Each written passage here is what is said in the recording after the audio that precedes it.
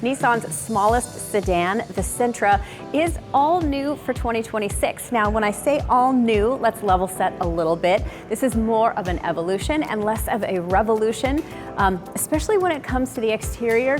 But I think when we go inside, you'll see that there are some significant changes. I know I already like it, so we'll see what you think, but let's get into it. So let's talk about the exterior for just a quick second. Of course, you're gonna see that there are some differences in the front fascia. The headlights, these LED lights, are a little bit narrower and squintier. This V-motion grille, which I actually think looks really nice. These lights are kind of more integrated into the grille. They also do have a signature lighting, like a lighting signature when you turn the car on, which is pretty cool. I know Audi does that, and so maybe a little bit more expensive than you would expect for the Nissan Sentra. But when you're looking at the body and the shape of this, it's very similar to the outgoing generation, although I will say this, when you get to the rear part of the car, it does have more of a fastback shape. You can see that this sort of back end is a little bit thicker back here. It is still a traditional sedan, so the deck lid still kind of comes up as it would traditionally, but you do kind of get this feeling that there are kind of nice broad haunches back here, giving it a really athletic look. And of course, you will have a different tail light signature. Overall, I really like the shape of the last one. I think this is just making it that much better, that much sportier, and maybe a little bit more sophisticated. Again, inside, this is where you're gonna see most of the significant changes for 2026. This entire thing has been reimagined and redesigned, and it really starts with this here. You have dual screens here. Only on the SV and above are you gonna get these dual screens. It's 12.3 inches, at least at this size. This is not necessarily revolutionary, but I do feel like it's better integrated into the dash, which I am always a fan of. It looks, again, very sophisticated, a little more upscale and more expensive, which when you're buying a car is kind of what you always want. So those kind of round circular vents that they had here are now in this rectangular shape. It's not a bright chrome, it's more of like a muted chrome, which I like, so it doesn't really stand out all that much in the way that it did before, which to me was a little bit jarring. You do have some haptic buttons down here for some of your HVAC stuff, but you know, I'm not a huge fan of haptic things. That's okay. I'm sure at some point people will kind of get tired of this and want to go back to switchgear. Now, this is another interesting thing that I think is actually pretty cool. They've gone to a 2-spoke steering wheel, which I think is a really interesting choice. I personally like it. I love that there's not a lot of like glossy haptic stuff here. I think that was a really excellent choice. So I'm interested what you think about a 2-spoke steering wheel in a Nissan Sentra. It's kind of cool. As for the design in here, honestly, everything feels really intuitive to me. Cup holders, a nice size console right here. You have drive modes, good shift knob. This is not like buttons or anything like that. You can get Apple CarPlay and Android Auto. It will be wired on the base trims, but it will be wireless on some of the higher trims. You also have an opportunity to have wireless charging, again, on those higher trims. The thing that I think Nissan does so well on their like sort of, like I'll call them less expensive fare, is they don't look inexpensive. I love that they do texture. I love that they do stitching. I love that they do pattern and color. Again, yeah, this is the SR, so this is a little bit more, this is a higher trim level, but you guys, I think that with what they're working with, they do such an excellent job, and I feel like this just pluses out the Sentra. I loved the previous generation. I think this one is even better, and I don't think you're gonna be disappointed at all. So that wireless charging that I was mentioning is actually a first for Nissan, which is pretty cool. They also have a universal garage door opener, which is a first for them too. So we're elevating everything here with the Sentra, and that's always a great thing. When it comes to seat comfort, guys, these are Nissan Zero Gravity seats, which I have been a huge fan of for a long time.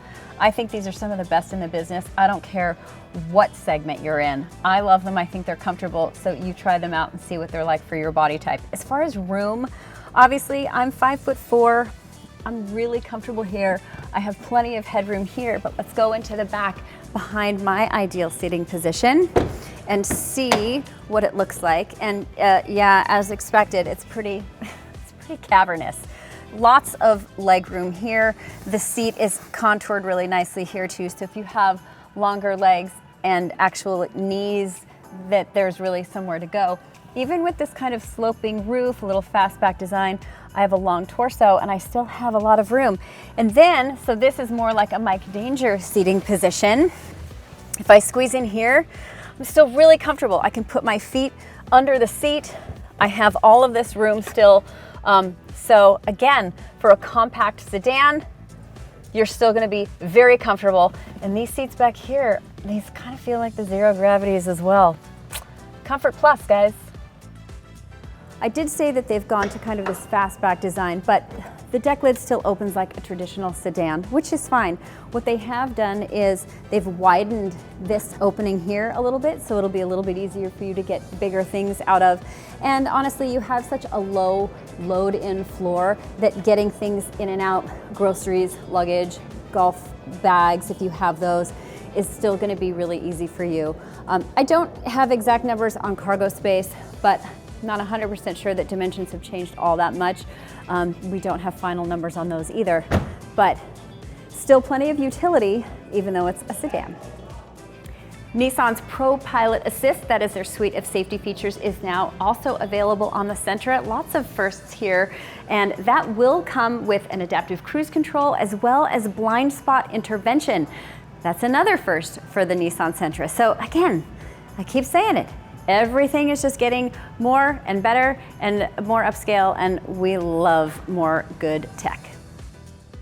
So this is the SR trim, and this is what would be called sort of the sportier version. You're gonna get this sort of black spoiler on the deck lid, and then if you come around here, you'll be able to see some of the other details that you get. These black wheels that are on here, they're kind of a gloss black. You will get the two-toned roof. I happen to think this paint color is really cool. It's not exclusive to the SR, but I think it looks really great. Black mirror caps and other kind of blacked out features. Overall, I think sporty, yes, but we're gonna also take a look at the SL, which is now the highest trim, which is my favorite. When it comes to trim levels, some of these will sound familiar. Base S, the SV, the SR, which is that sporty trim, but then there is this.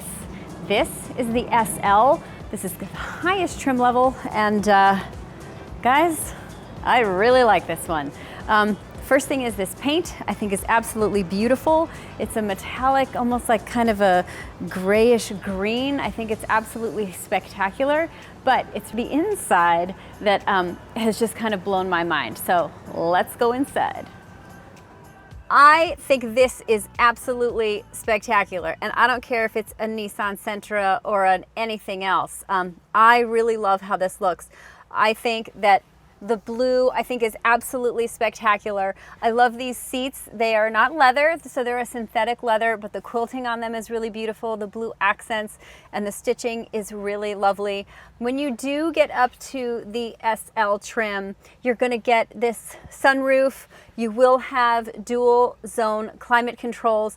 The one thing that you're not gonna have on any Sentra is vents in the back here, sort of on the back of the center console. You do have them coming underneath the seat for a little bit of air for your rear passengers. So again, we're still talking about a fairly economical car that doesn't have maybe all the bells and whistles, but you guys, as far as I'm concerned, when I'm just kind of looking around this cabin and kind of touching things and seeing the aesthetic of this, I'm a little bit blown away. I'm really impressed. I'm really happy, and honestly, like, I would consider buying this car or recommending this to a friend who is in the market.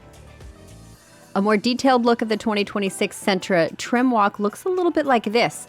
On the base S, you will get a full suite of advanced safety and driver assist technologies.